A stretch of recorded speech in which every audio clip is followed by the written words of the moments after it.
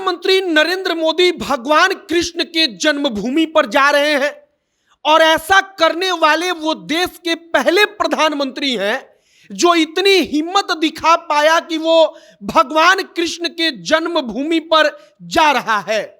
अब कई प्रकार की बातें कही जा रही हैं।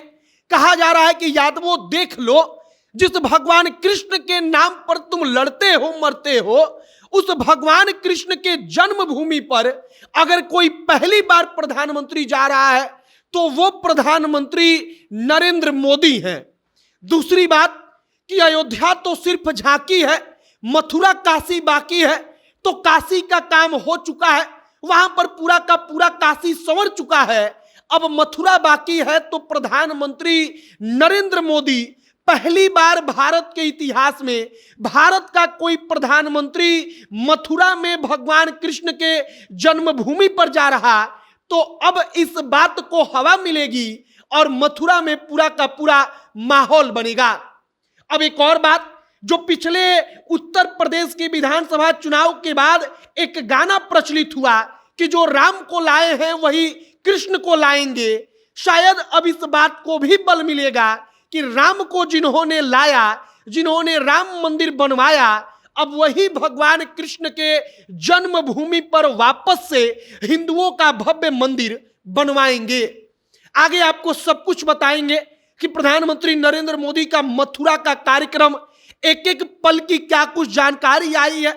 मथुरा की सांसद बॉलीवुड की एक्ट्रेस हेमा मालिनी 1.5 घंटा तक प्रधानमंत्री के सामने भगवान कृष्ण की एक बड़ी भक्त जो रही हैं मीराबाई, उनके जीवन पर प्रस्तुति देंगी और प्रधानमंत्री वहां पर 1.5 घंटा तक उस प्रस्तुति को देखेंगे।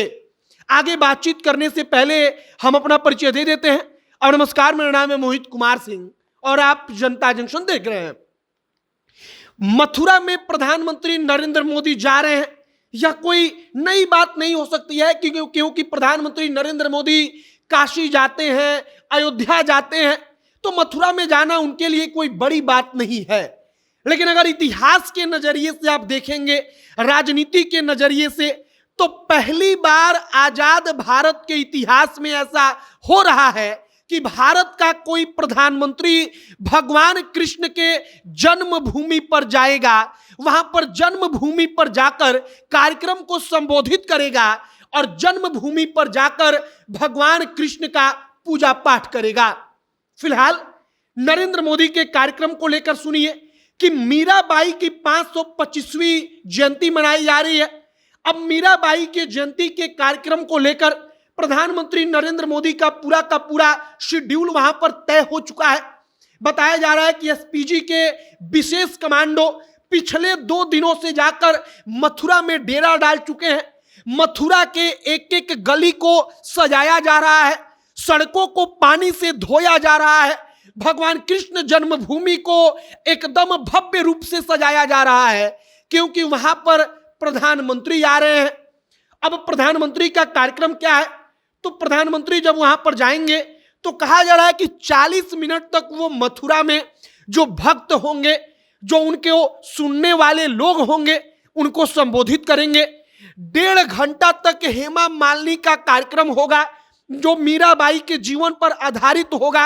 1.5 घंटा तक नरेंद्र मोदी के सामने वो प्रस्तुति देंगी और नरेंद्र मोदी उस नाट्य को देखेंगे, उस कला को देखेंगे और इसके बाद मथुरा को लेकर कहा जा रहा है कि एक माहौल भारतीय जनता पार्टी या प्रधानमंत्री नरेंद्र मोदी तैयार करेंगे। अब 2-3 प्रकार की बातें चल रही हैं। सबसे पहला बात कि मीराबाई के कार्यक्रम में नरेंद्र मोदी आएंगे। मीराबाई मेवाड़ राजघराना की, मतलब मेवाड़ राज्य से ताल्लुक रखने वाली, उस वक्त पर जो राजस्थान में है, राजस्थान में चुनाव है, तो कहा जा रहा है कि इस चीज को राजस्थान से जोड़ा जाएगा।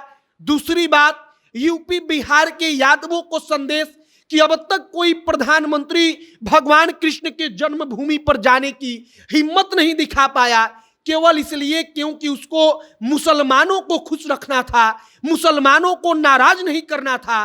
लेकिन नरेंद्र मोदी पहले प्रधानमंत्री बन रहे हैं जो प्रधानमंत्री के कुर्सी पर बैठे हुए बतौर प्रधानमंत्री भगवान कृष्ण के जन्मभूमि पर जाएंगे। और इन तमाम चीजों के बाद सबसे अंत में हिंदुत्व की राजनीति को धार देने की कोशिश। अब आगे देखते रहिए कि और क्या कुछ होता है। फिलहाल ब्रजवासी खुश हैं कि प्रधानमंत्री आएंगे तो उनको सौगात मिलेगा। ब्रजवासी खुश हैं कि एक एक गली को चमका दिया गया है, एक एक गली को दुल्हन की तरह सजा दिया गया है। भगवान कृष्ण के भक्त खुश हैं कि भगवान कृष्ण का जन्मभूमि का मुद्दा जब आगे आएगा तो निश्चित तौर पर वहां पर भी काम होगा। आपकी क्या इस पर राय है, कमेंट बॉक्स में लिखकर बताइएगा। आगे जो भी और तमाम जानकारी आएगी सब कुछ हम आप तक पहुंचाएंगे। तमाम खबरों के लिए हमारे साथ बने रहिएगा। कैमरे से विशाल खड़े हैं और मैं मोहित कुमार सिंह। बहुत बहुत धन्यवाद।